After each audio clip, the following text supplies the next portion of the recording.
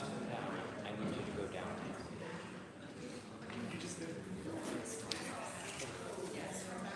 Yes. Okay. But it's after the performance. It's at the 3 o'clock. Yes. That will help me. Thanks.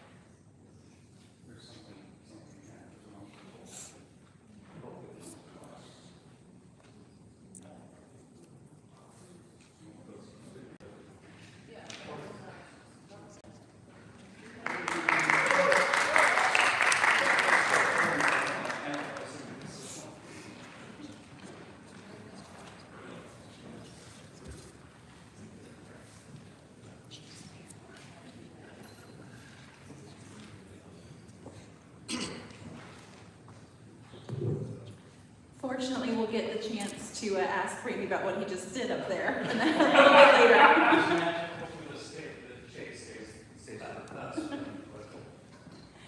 Good afternoon, everyone, and welcome to Doll Chapel for today's organ rededication and recital. We are pleased that you could all join us here on this beautiful fall day. I am Hannah Maher, and it's my pleasure to serve the college as its Vice President for Development and College Relations. It is certainly not often that we have held organ recitals on campus, but thanks to the generosity of some loyal donors, we are delighted to provide today's recital on a refurbished organ. While their earlier versions predated it, Monmouth College's Shands-pipe organ was built in 1946. It has been the focal point of Doll Chapel. You can't miss its beautiful presence, whether it's played or not. The pipe organ produces sound by driving pressurized air, called wind, through the organ pipe selected from a keyboard. The pipe organs found in concert halls and even the one here in Doll Chapel are large-scale instruments with many metal pipes. Only some of these are visible, but backstage there are actually many hundreds of pipes, almost like a forest. The reason several hundred pipes are needed is that one pipe can only produce one sound. With many parts, there's also opportunity for issue to arise. Organists often compare organ maintenance with the upkeep of a house. Both will need maintenance, improvements, repairs, and renovation during its lifetime. The repairs and maintenance that occur are common organ-specific problems which might be compared to repairing or replacing a roof on a house. On average, the house roof needs to be replaced about every 25 years. Yes, it's expensive, and every house owner wants to avoid replacing a roof, but it is necessary. We don't often demolish or abandon a house solely because its roof needs to be replaced. And so it was also sensible and prudent that Monmouth looked to refurbish and repair our organ here in Doll Chapel.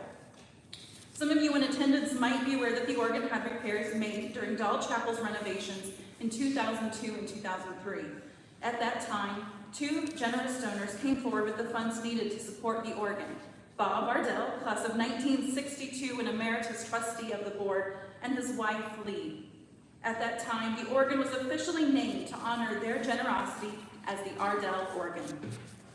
Fast forward to 2018, as the college had moved into the public phase of our Light This Candle campaign. Our office received a proposal for the needed repairs and renovations of this great instrument. So Lee Clark had played the organ for many occasions the prior year: choir concerts, chamber orchestra concerts, Christmas at Monmouth, honors convocation, and of course our baccalaureate service. However, playing the organ had become challenging due to various dead notes and other issues. Her proposal was thorough, having quotes from professional organ repair and refurbishment companies that clearly articulated the needs of this grand instrument and the cost and timeline for the work. We were then blessed again when Bob and Lee welcomed the conversation about our needs to provide work to the organ once again. Their generous contribution of well over $80,000 was provided for this considerable work, taking many, many months to be completed. We are delighted to have the organ well cared for and back to performance quality for decades to come. You will hear more about the extensive work following the recital from our organ builder, Randall Carstens. But now, I'd like to show our gratitude for the generosity of the Ardells and their support of Monmouth. The Doll Chapel serves our campus community in so many ways, but it also brings together our greater community through a variety of events during the year. This centerpiece of an iconic building will continue to bless us in many ways. I am pleased today to rededicate this grand instrument in Doll Chapel, the Ardell organ. While Bob and Lee could not join us in person today, I believe they are watching through our live stream. Please join me in showing your gratitude to Bob and Lee Ardell.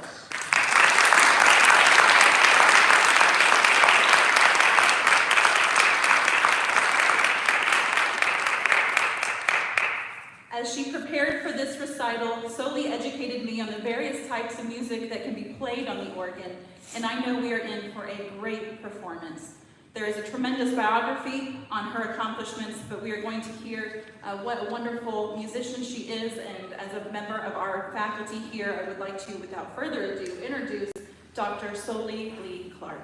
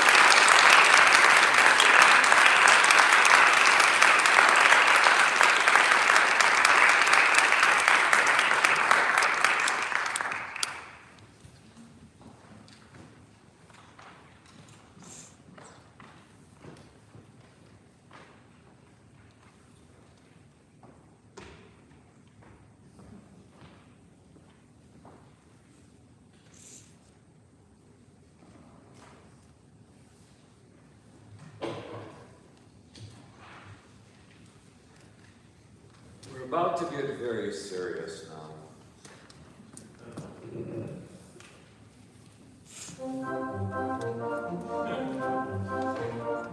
What is this instrument? As big as a house. You can knock it but with your ears. It can whisper like a mouse.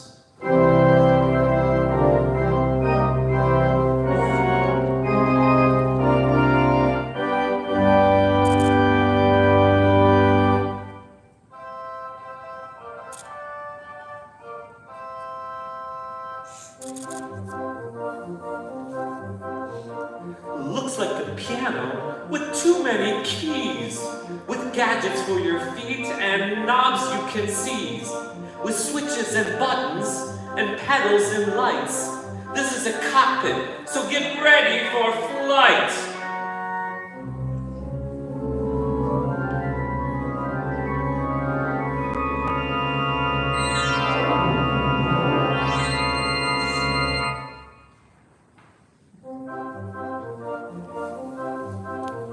The sound comes from pipes, you can see them up there. There's our big ones and small ones given through air. Just push a button, a pedal when you want some sound.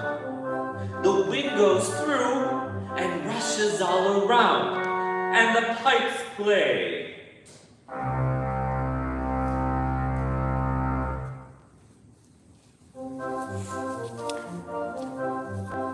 Now, some pipes are large, as big as a rocket, and some are so tiny they can put you in your pocket. The bigger the pipe, the lower the note. The little bitty pipes have a squeaky high voice.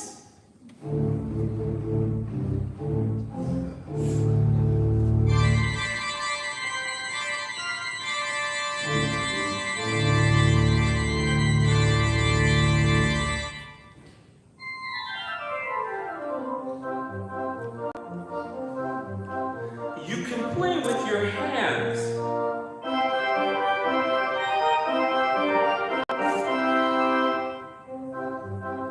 You can play with your feet.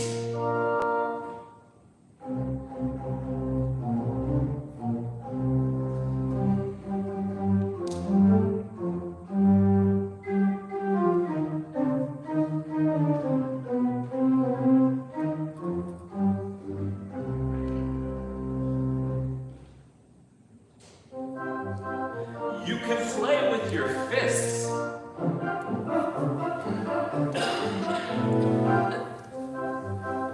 You can play with your derriere.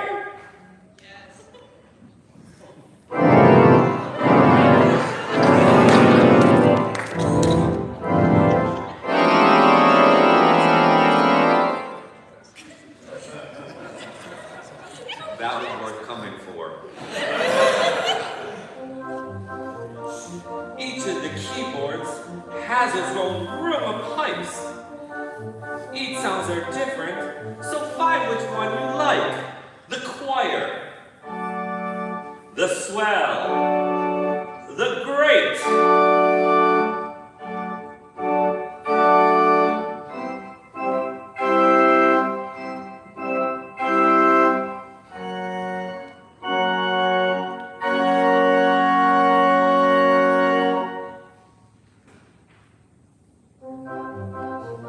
The keyboards have names like Julie and John, with different personalities, all kinds of fun. For big, bold organ sounds, you go to the great. It's the super football player, heavy on the weight.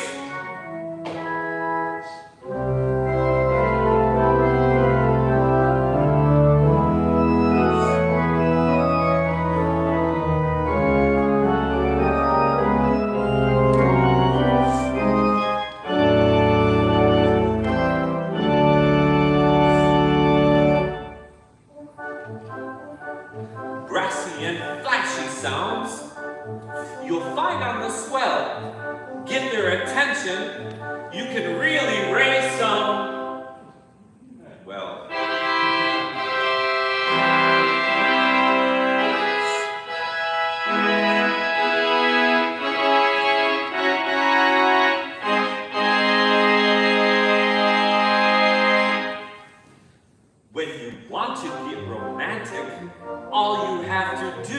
there are sounds of the choir that just might do.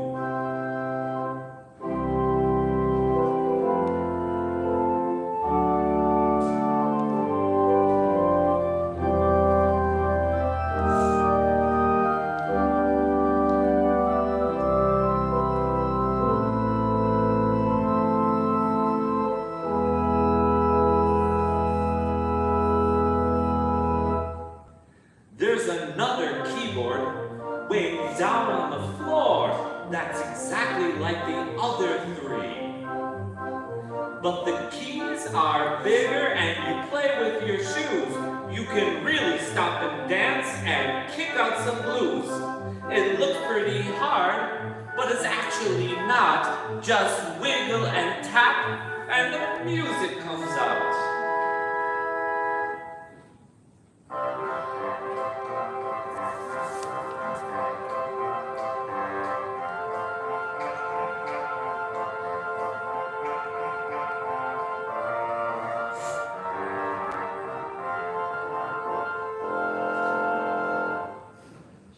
Those great big pedals on the bottom in the front help to make it loud and soft whenever you want. They open and close some great big shutters.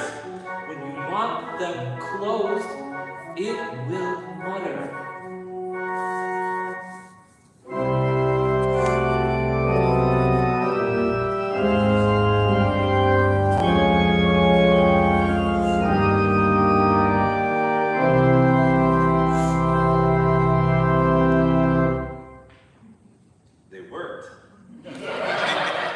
So the organ you see has many different sounds. You just have to look around and learn where they're found. It's the biggest and the loudest and the most complex. It's the king of instruments. Let's call it Rex.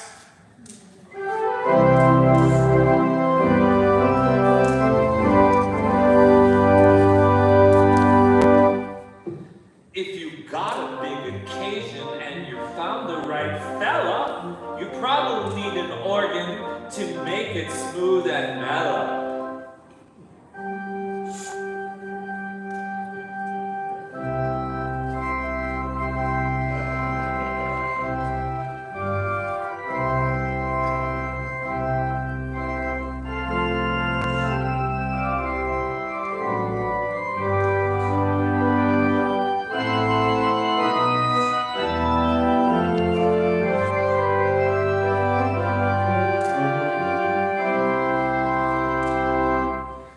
Now you've heard what the organ can do. Now you know all about the gadgets too. Here's to the pipe organ, the king of kings.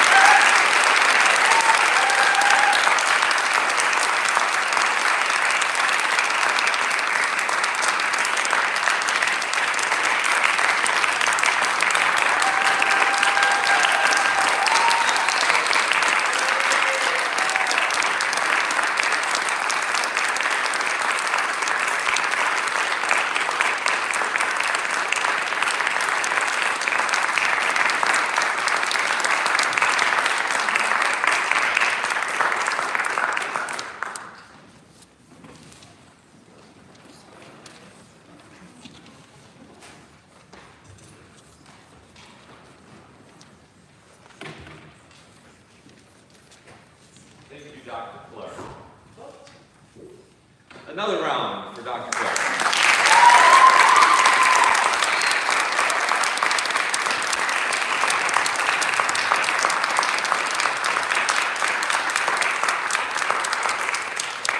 I would like to bring to the stage the organ builder, Randall Karstens. Please come up and thank you for all your work making this organ great again.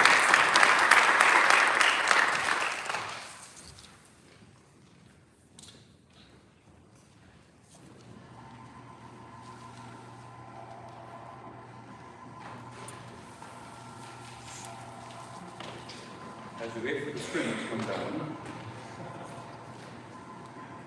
I can't compete with the Rex, the king of instruments, that is playing the organ so eloquently, and it's a hoot.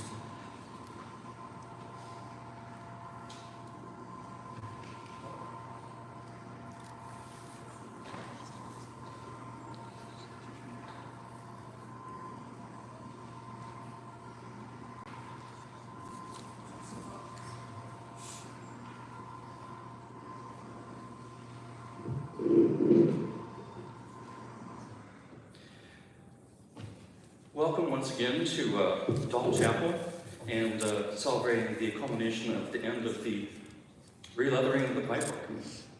I was asked sometime during the project by Dr. Clark whether or not I would like to speak about the organ. I'm not the world's best speaker, so bear with me. She wanted me to talk about the pipe organ as it originally was in 1902, the 1946 rendition of the organ by Schanz Organ Company, and the things I did to it more recently in 2019 through 2023, essentially. In preparation for speaking about this present instrument, I contacted Schanz Organ Company, and specifically Mr. Jeff Dexter, who is the tonal director of the company, to ask whether or not they had drawings, specifications, or any other information that they could share about their work in 1946. Of course, he said, yes, we certainly do. I love splunking in the files. It gets me away from the desk. So he provided me with two specifications.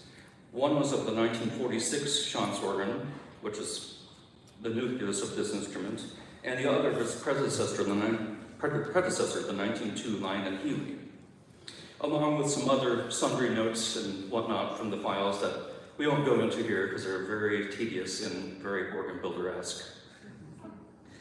Also, the college historian, Mr. Jeff Franken, provided some history that he had found about the instrument, as well as a few photos which you will see today.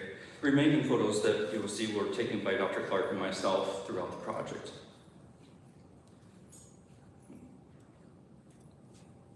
I don't know if this is working.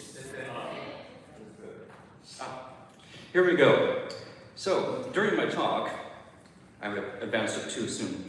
During my talk, you'll hear me talk about pitches in the organ in terms of the pipe ranks in the terms of feet. An 8-foot stock at 8 feet in length will produce this pitch at bottom C on an organ keyboard. The same holds true for other keyboard instruments. When getting into higher pitches such as an octave or a super octave, the pipes will be 4 feet and 2 feet, respectively, at bottom C, and so on and so forth. In the pedal, they go down sub-octave, 16 feet in length and 32 feet. We have 16-foot pipes over on this side of the organ, but we don't have 32, but we get by without those just fine. The first organ to occupy the chapel was built by Lyon and Healy, Organ Company of Chicago. Before we go to the further details of the instrument, I'd like to talk about that company just a little bit to give it some background of them. Lyon and Healy was begun in 1864 by George Lyon and Patrick Healy when they started as a sheet music shop for the Oliver Ditson Publishing House. By the middle 1880s, they started to manufacture fretted instruments, bowed instruments, as well as percussions. Of course, it did not stop there, for their slogan in the 1890s says, "Everything music." That certainly was true. I believe that today we call this one-stop shopping. They either manufactured their own or sold many brass instruments, woodwinds, reed organs, pianos, percussions, and what they're most known for is the harp, and still are known for the harp today. The pipe organ business for Lyon and Healy started around 1895 and continued till 1908, while concurrently representing other builders such as Aeolian Organ Company of Boston, who built many residence organs, and the Este Organ Company of Vermont. I'm unable to find information when they stopped representing these companies, but I would assume it has something to do with the Great Depression. In 1902, the Lyon Healy was a memorial gift given that amounted to $4,000 at that time, and was a very well-built instrument. I can attest to Lyon and Healy since I take care of a few of them. And some of the more notable ones was the first organ at the Symphony Hall in Chicago, a 4-manual and maybe 50-some rank organ. In the first photo here, we have the console situated on the east side of this once empty balcony. Most of the organ was contained over here as well. The remainder of the instrument was installed in this gigantic room behind this, what you see now as the swell shades, and behind the facade, which used to stand here. That's the wrong direction. There we go.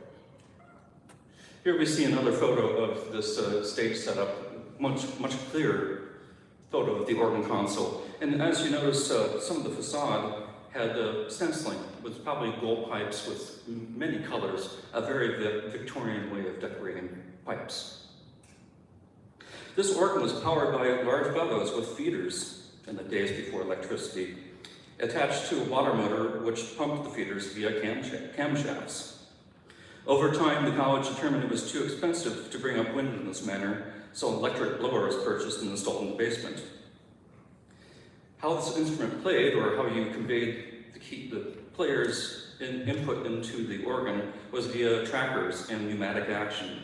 Trackers were long strips of wood that were connected by a series of fulcrums and levers, and pneumatic action is basically you evacuate a lead tube that goes to the wind chest and the pipe plays. This instrument had 2 manuals, a great swell as well as a pedal. There are approximately 21 ranks or rows of pipes, amounting to 1,219 together. The sound of the organ was a very fundamental 8-foot organ. As you recall, I talked about 8-foot pitch earlier, and it didn't have a lot of high-pitched stops or ranks in it. The organ, being heavily foundational, would have accompanied the congregation very well, and had delicate enough sounding stops to accompany singers and play organ repertoire of the time.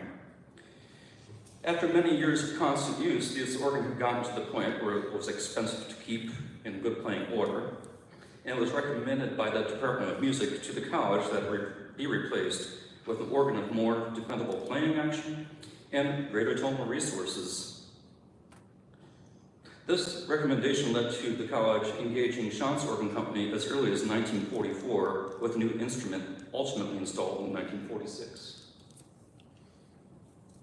Here you see a photo of the very console that's now up on the balcony there, sitting in front and center. And on the upper right-hand side of the photo, you see the ornate carved screen left over from Lyon Healy as well. There, you'll see another photo, the facade is still there.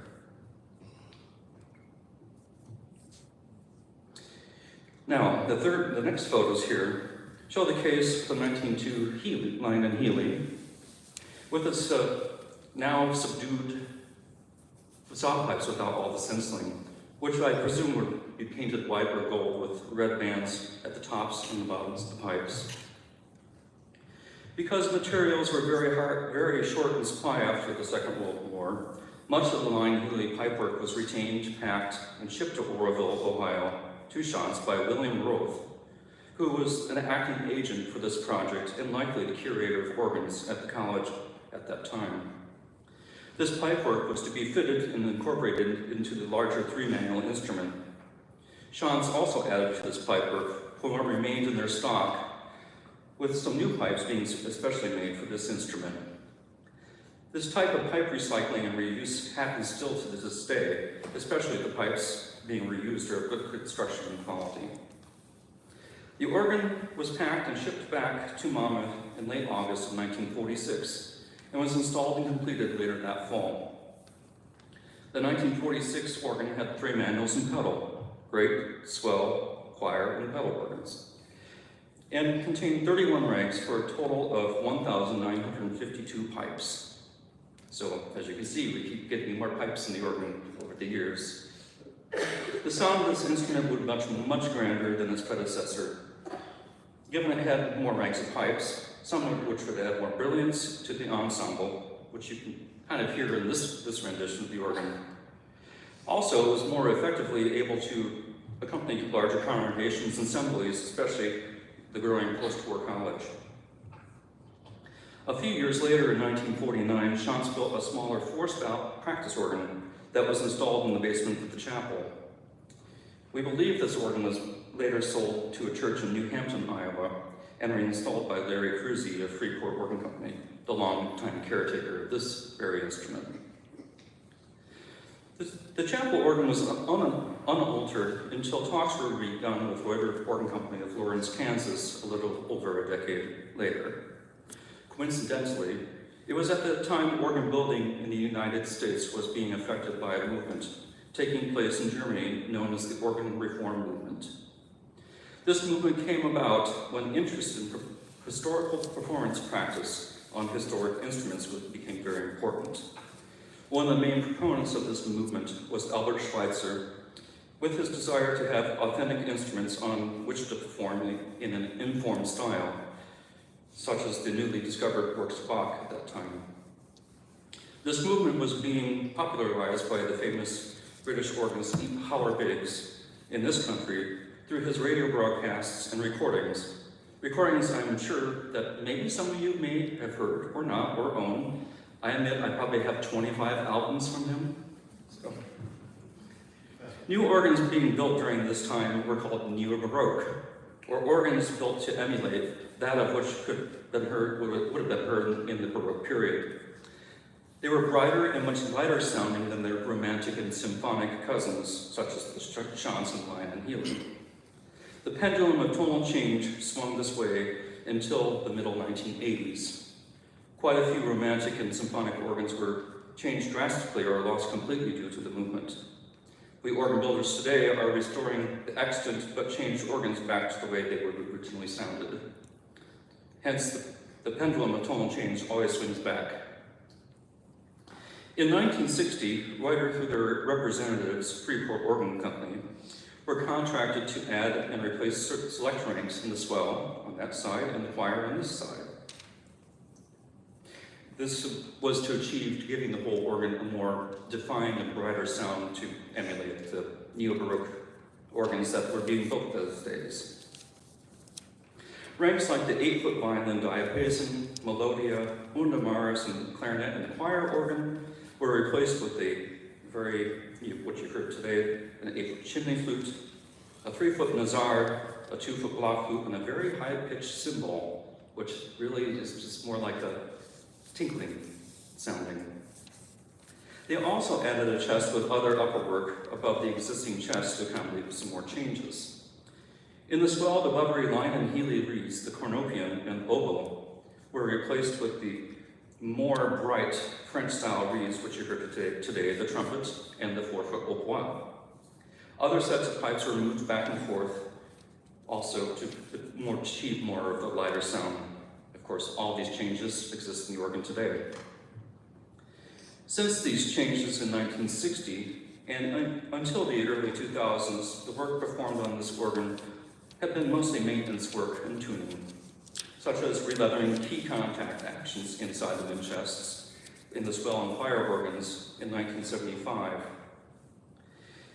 In 2002, the chapel was renovated to what I'm assuming is to increase the stage space, add and update rehearsal space in the basement, and update the electrical, audiovisual, and HVAC systems that operate the building today. For this work to proceed, the organ needed to be modified to accommodate the planned changes. The most prominent change was the removal of the facade and its ornate woodwork, which stood here. Someone correct me if that's not the time it happened. It could have happened earlier. I was trying to discern from what I was reading whether that was accurate or not. The organ console was removed into the loft between the two new wind chests containing the new pipework for the great organ, which replaced some of the Chantz pipes that were displaced during the renovation. A new electrical control system was installed to operate the organ, and the bellows, or as we builders call them, reservoirs, were taken to be refreshed with new leather at this time. Here's some more of the Chantz organ. I forgot to advance my slides and see a few more things. Aha, here we go. So, our next photos of this work is what the organ is presently with us today.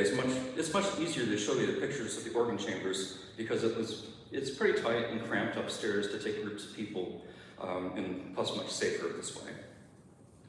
So this first photo, you plainly can read, this is some of the exposed pipework here that was provided in 2002. And on the left side, we have the 8-foot principle and the mixture, which adds some brilliance to the organ. Here in the choir, on the right-hand side, the choir and part of the great division are enclosed together. You see pipes from the enclosed grate on the left there, and you see the newly added chest from 1960 to accommodate some of the changes they were trying to accomplish in that time. Some more great pipes, of course. And one of the trumpets you heard is right next to that added wind chest. And on the left side, you have the swell chamber, which we have our lovely shade that wanted to not work for us today.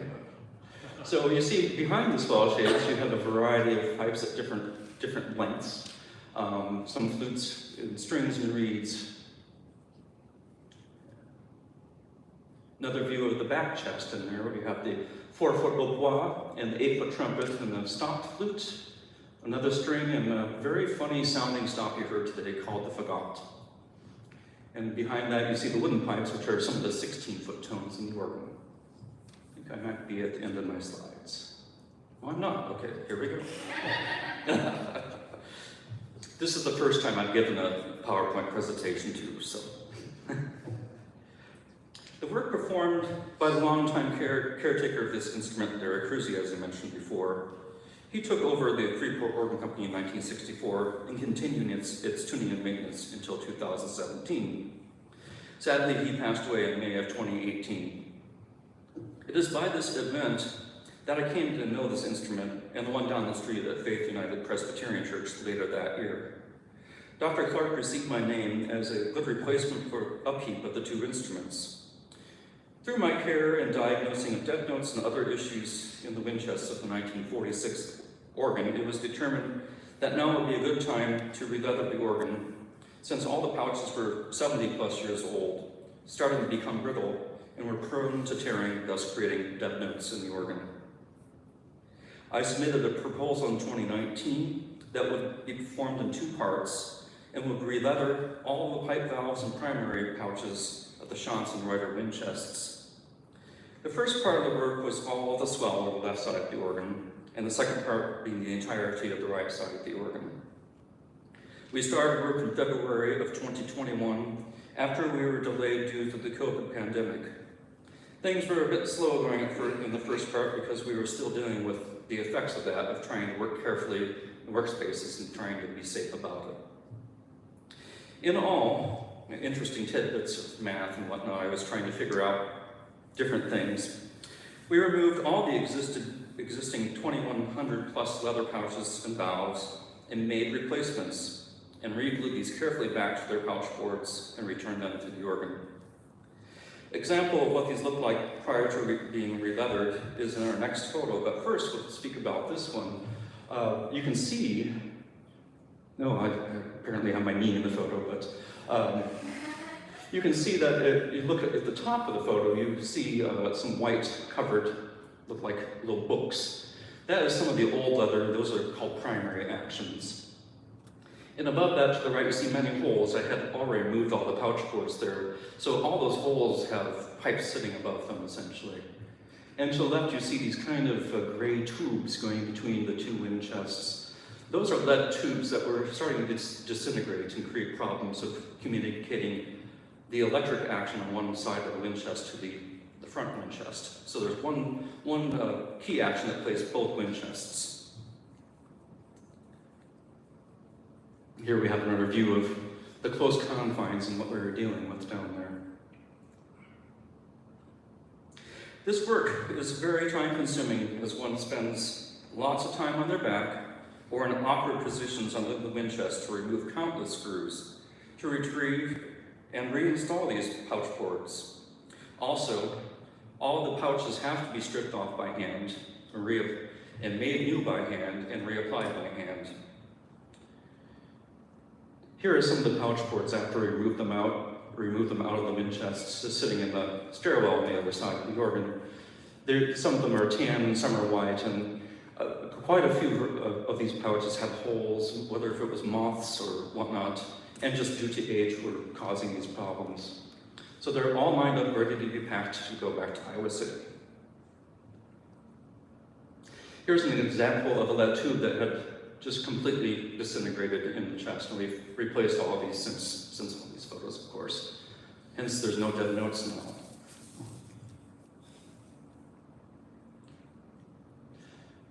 Here we are on the same swell wind chest with the replaced leather on those primaries and still to put in the pouch boards. And the replaced lead, nice shiny looking lead tubes again to communicate the two chests together. As I figured, with retrieval of the pouch boards, re-leathering them in the workshop, and reinstallation of all the 2,100 plus pouches and valves, we spent a little over 1,000 hours on this project, or nearly 30 minutes per pouch. It's interesting for me to figure these things out. What did I do? How many hours did I spend on this? I was astounded. What happens after all this work? What do we do? Well, we tune and maintain the organ until it needs another renewal, say in 70 years. I certainly am not planning around being around by then, but there would be somebody else that takes our place, such as before, Chance, Larry Cruzy, and what we have done. Somebody will come along that has the knowledge and the ideas to do these tasks. In closing my talk, pipe organs are complex musical machines with many systems and moving parts. One hopes these systems and parts work in concert and will not present any problems. Ha ha. But they do inevitably occur and require adjustment from time to time. Pipe organs, if they are well built and of good design from the very beginning, are able to be restored and renewed many times. We only have to look back to continental Europe and the British Isles to see examples of organs that have been playing since the 1600s, and the notable 1435 Swallow's Nest organ at Valais Basilica near Zion, Switzerland. It still has 12 of the original pipes, but its original playing mechanism and everything else is still intact. These organs too have been restored and renewed many times and leave a legacy to the future generations. This is what we have done as faithful stewards to the Ardell organ. Thank you again to Dr. Clark and the college staff for trusting my work on this project, and to Campus Safety especially for unlocking and locking the doors many times on our many visits. We had many great conversations. And a big thank you to Bob Ardell for seeing that this organ needed to be renewed for the future. Thank you.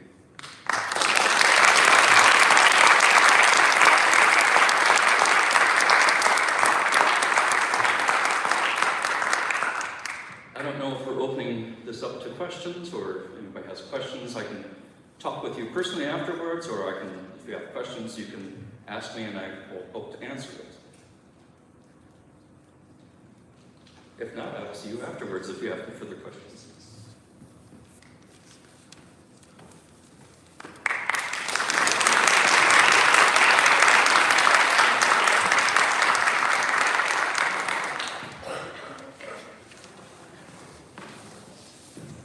Everyone is invited to the reception.